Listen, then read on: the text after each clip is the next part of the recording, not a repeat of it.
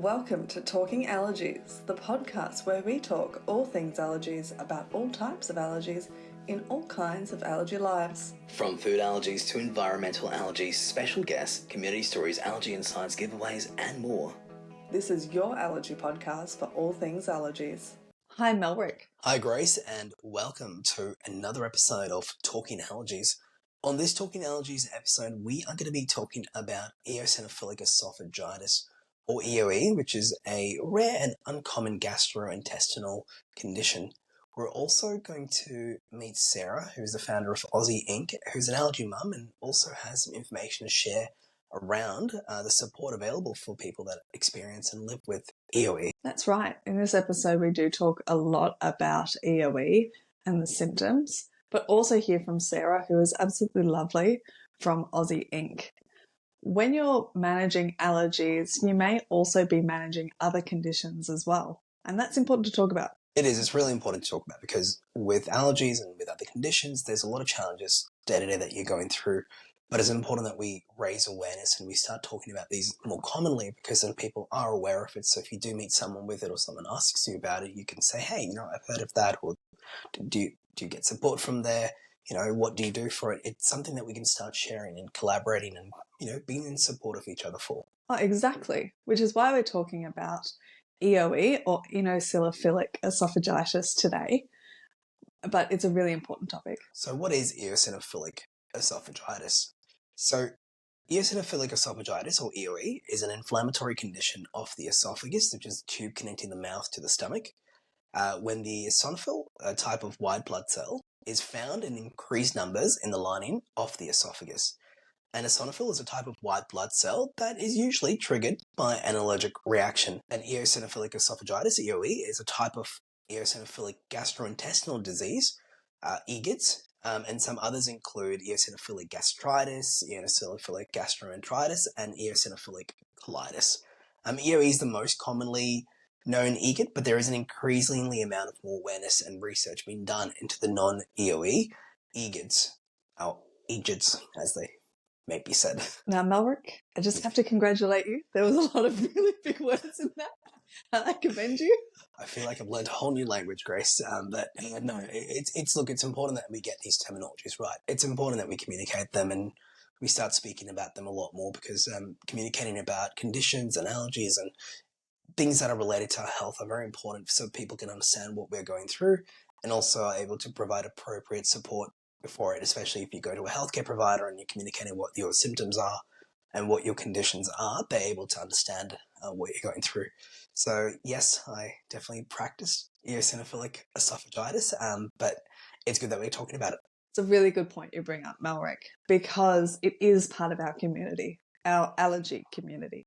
Around 75% of people that do have EoE do actually have other allergic conditions such as food allergies, asthma, eczema, and hay fever as well. Wow, that's a large amount. So, I guess that shows you just how close everything can be related. And what are some of those symptoms, Grace? So the symptoms for EoE may be characterized by difficulty in swallowing foods or requiring a drink after eating, trouble swallowing, food getting stuck on the way down the esophagus, so that's food impaction, nausea, retching, persistent vomiting, and that's regurgitation of foods, or severe heartburn, like acid reflux, that does not respond to anti-acid medication,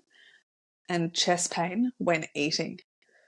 So for children, it can affect them with feeding difficulties, such as choking or gagging on food, and failure to put on weight or weight loss, failure to thrive, and much more. That's a lot of symptoms, and I guess similar to people living with allergies, living with eosinophilic esophagitis, EoE, brings a lot of day-to-day challenges, and depending on what allergies you have as well, you bring those challenges together and you do have to navigate different situations. Also be aware of those symptoms that sometimes they may not necessarily appear straight away. You really have to know and listen to your own self, but also if you're being looking after or being looked after by someone else, you do have to rely upon those people to really support you. And I know there are people out there supporting kids, and it doesn't just have to be as a parent or a guardian. It could be, you're in school, childcare, and it just really makes a difference having that support network around you.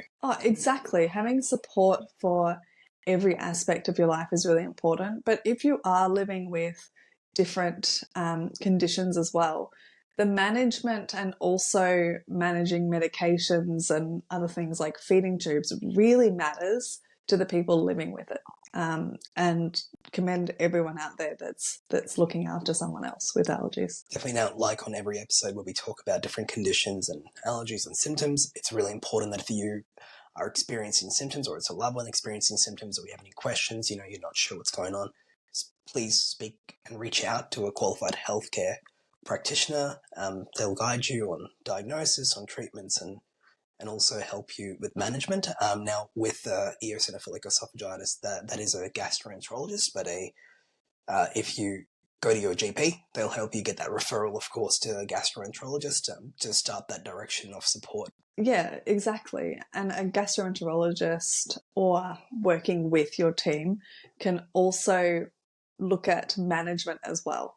So management might be dietary modifications, the elemental diet, and feeding tubes, dilation, and medication. So there are a lot of ways that they actually manage EoE and can actually be looked after by the healthcare providers. Yeah, and when we talk about those overlaps of allergies, and 75% of people having EoE and allergies and so forth, sometimes that management will be about managing your allergies and managing your EoE. So speaking to a qualified healthcare provider that knows how to deal with these situations will really help you get that action plan as well. Oh, exactly. And that depends on whether you're just being diagnosed or being managed. So with diagnosis, it does have to go through the gastroenterologist, but having it managed by both them, allergist, GPs, your whole team together is really important as well. Now, Grace, we talked about this before the episode. Before we're getting set up, we sort of said, rare and uncommon conditions like EoE can sometimes bring up questions from people that don't know about them. We talk about that in allergies in general, with people sort of going, "Oh no, you don't have those allergies. You're just making it up, whatever it is." And that's an allergy which is sometimes more commonly known about: food allergies, environmental pollen, and so forth. But when it comes to conditions like EoE, and they're not openly or commonly spoken about, people may not have heard of them, which can sometimes bring up questions about whether they believe it or not. And I think it's a really important message for us to talk about, not just for EoE, but there's a lot of other rare and uncommon conditions. And then we don't have to just be allergies. Any conditions out there that may not be as commonly spoken about, if someone comes forward, which again is an amazingly brave step to even come forward and communicate that. If they come forward and say, "Hey, this is what I've got, I've got EoE, this is what I've got," and maybe you might ask them a question about what that means, and they might tell you about their symptoms or how that affects them. Listen to them, take them seriously, respect what they're saying, and then support them. Oh, exactly. Particularly if someone with EoE has food modifications or changes in their diet at particular times. So they're dealing with a flare and they've got new management or something's going on. It may change, the management may change from month to year, the same with allergies as well. It may change and develop, and not questioning someone in saying this is the way it has to be for me is really important, because it can change for them and it can change over time. And you're going, "Oh, but that's not how it was last time, or last time this." Yeah, well, yes, this is me at the moment and this is how I'm currently dealing. Having that conversation is really hard anyway. So just making sure that you believe them and that it's easier for them to communicate. Yeah, I mean, if they've taken that step to say it, there's a reason for that. And, we often talk about little kids and young children that are communicating about what they're going through. In a lot of ways, they don't necessarily say it the same way as adults. They say it differently. So with younger children, even teenagers, older kids, we have to really sort of pay attention and listen to what they're going through. And with EoE, some of those symptoms don't always show up the same way. Sometimes they can occur differently in different people. So instead of questioning whether it's this or that, sort of just go, okay, how can I help? And if there is an opportunity to speak to their parent or guardian as well. Oh, exactly. And when you were talking before about children maybe expressing certain symptoms or different things, difficulty eating is definitely one that's part of EoE, and maybe a difficult one for kids to actually communicate as well. So that's a good point. Yes, Grace. Yeah, I agree. Now, talking about EoE and talking about all the support and how we can help each other, we have a special guest on this episode who is an allergy mum and the founder of ausEE Inc., a national support and patient advocacy organisation representing Australians living with eosinophilic disease, including EGIDs, so that's eosinophilic gastrointestinal diseases, and eosinophilic esophagitis, EoE. So we meet Sarah, and I believe you caught up with her, Grace, and it was a wonderful interview. She cares so much and does so much for the community. I had a really nice interview with Sarah, and I've also really enjoyed meeting Sarah quite a bit. That's wonderful, and it's great that there is so much support being put out there for eosinophilic esophagitis, and I can't wait to listen to this episode. Let's tune in. Hi, Sarah, and welcome to the Talking Allergies podcast. Thank you for being with me today. Hi, Grace. Thanks for having me. To start off, Sarah, could you talk a little bit about your organisation and why you started? Yeah, so our organisation is ausEE Inc., and I founded that back in 2009 because my daughter, who is now 20, when she was 1.5 years old, she was diagnosed with eosinophilic esophagitis, or EoE for short.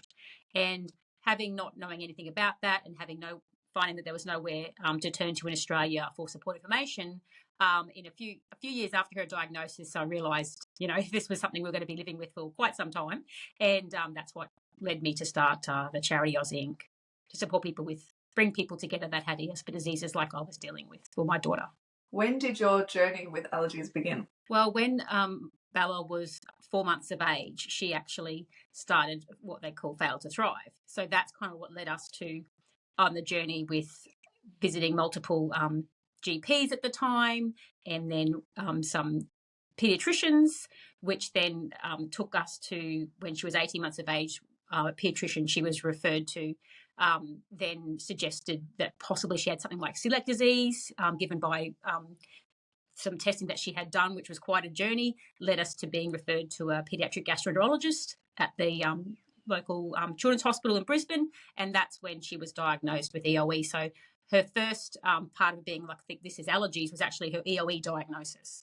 And then subsequently she did, over the few years that followed, and actually has anaphylaxis risk allergies as well. She has eczema, she has asthma, she has rhinitis, so she has living with multiple comorbid allergic diseases. But EoE was what came first, yes, for us. So with EoE started your whole journey? Yes, it did. And I had not heard about allergies or really understood them at all, so it was quite flawed to be, at the time when she was diagnosed, it was quite rare. It was 1 in 10,000 was the estimated prevalence of EoE.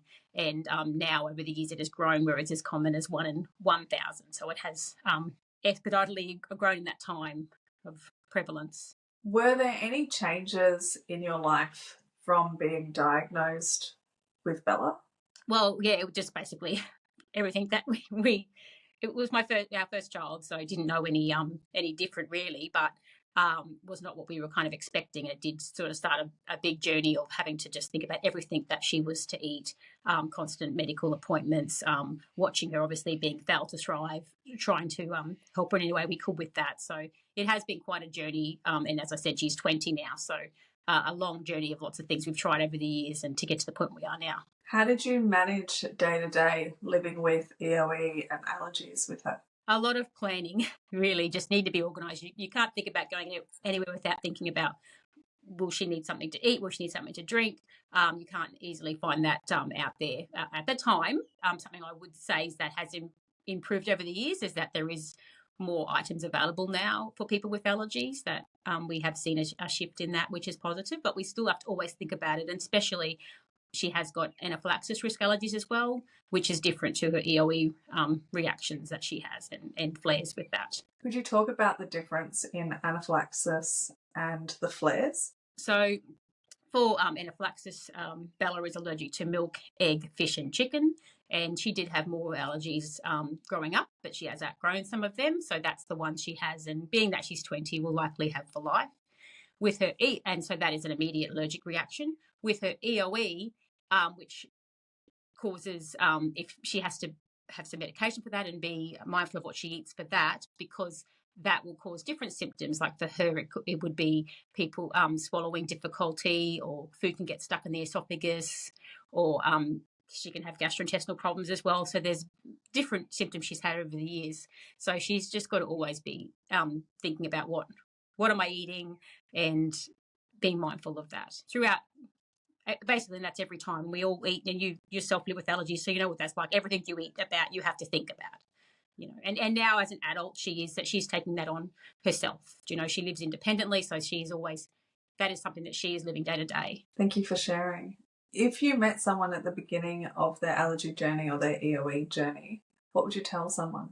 I would say you're not alone. Like, reach out to people that are in similar situations, because you don't have to go through this alone. That's exactly like why I started ausEE Inc., because I was feeling so isolated. No information, no other people I knew in our, family, friends groups actually had been living with allergies before. So I just couldn't relate to them and found it really difficult. So when I found people that were going through similar and sharing and hearing stories and just can go through it together.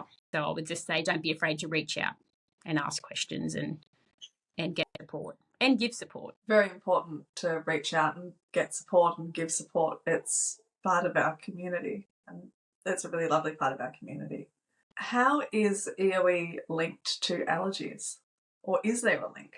Yes, so EoE, as I said, is like an eosinophilic gastrointestinal disease. So eosinophil is a white blood cell, and that's involved in hypersensitivity and allergy.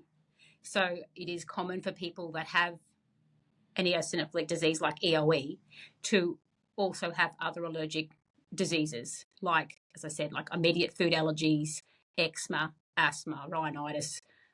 So it is common for people to be atopic and have multiple comorbidities, allergic diseases. And as explained in Bella's case, it was her EoE diagnosis came first, but a lot of times it actually is like EoE might come later after other people have already been diagnosed, or the kid has already been identified as having allergies, but then they also have EoE, they find out.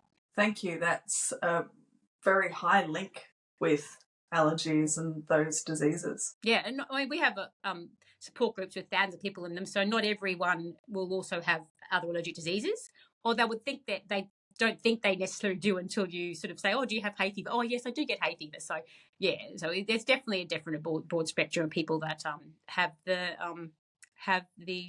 eosinophilic diseases.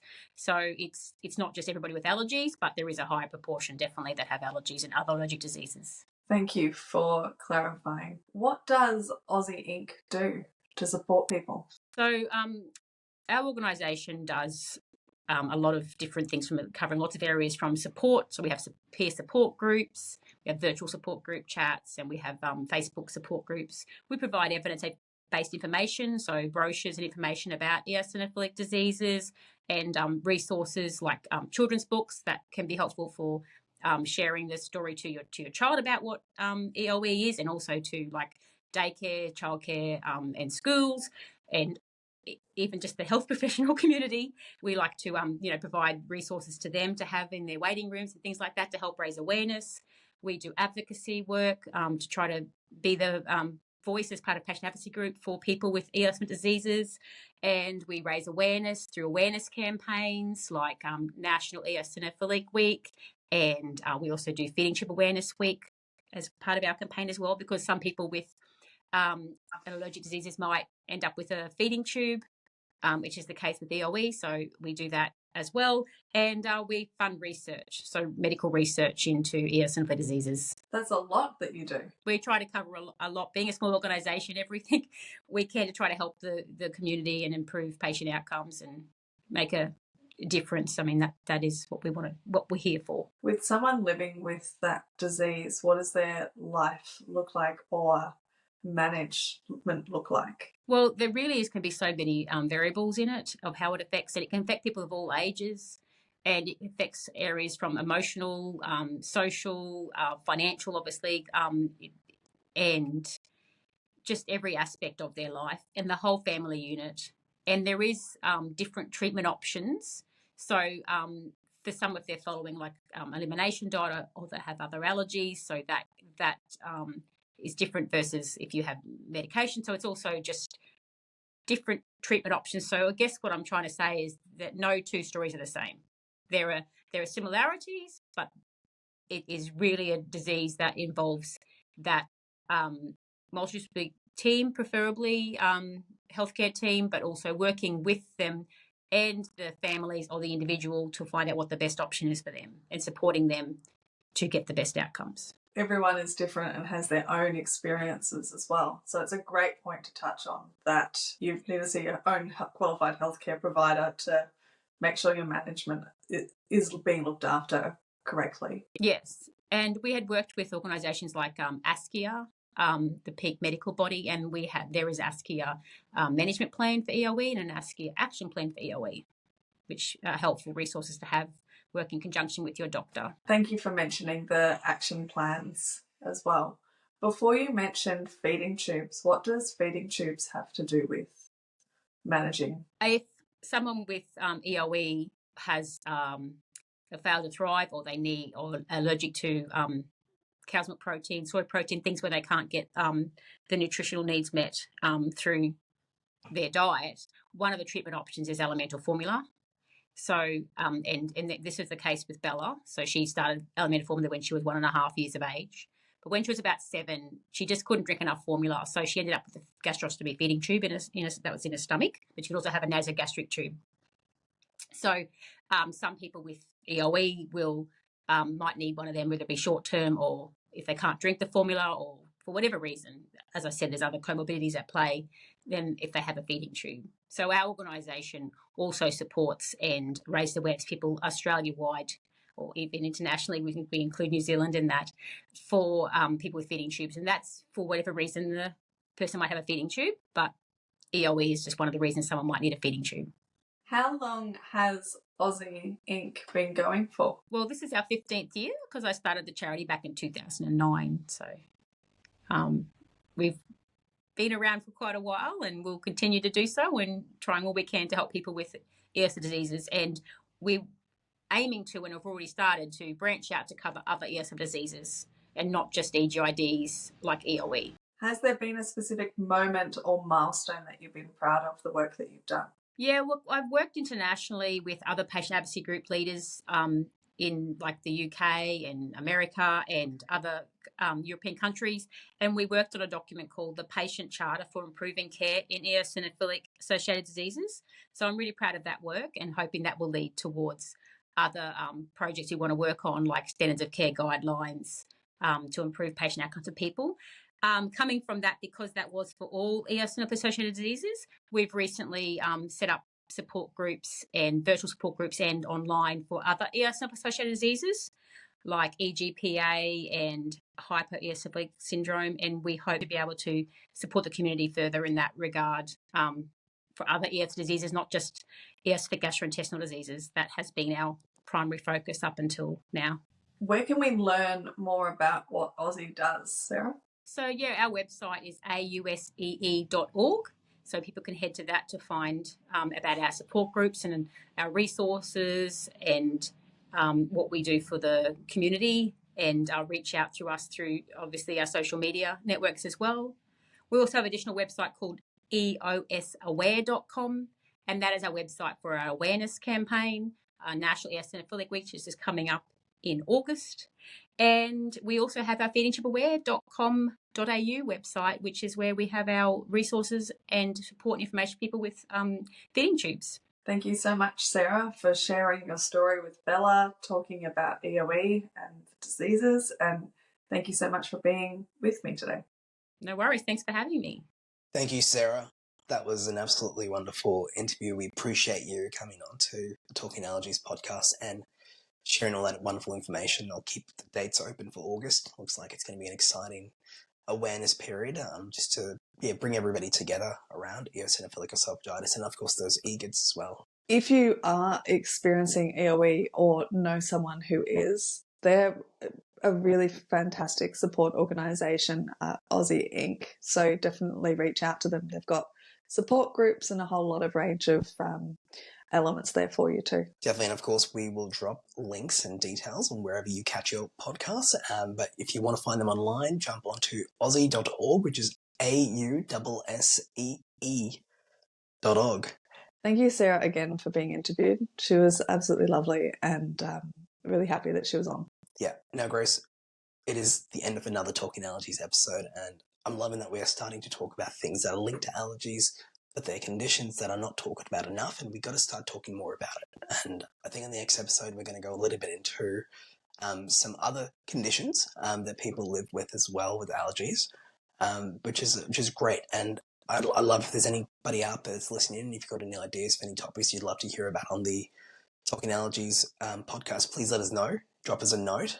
We already get a lot of lovely feedback from people, and it's always appreciated. But if you'd love to hear about a certain condition or topic that we haven't touched on previously, just send us a message or email us at contact@allergylife.com.au, and we'll definitely consider it for a future episode. Oh, exactly. And any questions? So many questions. We'll try our best, of course, So it's all about raising awareness, bringing people together, and really just talking allergies. Talking allergies. When do we stop talking allergies? I don't think we can stop talking allergies, Chris.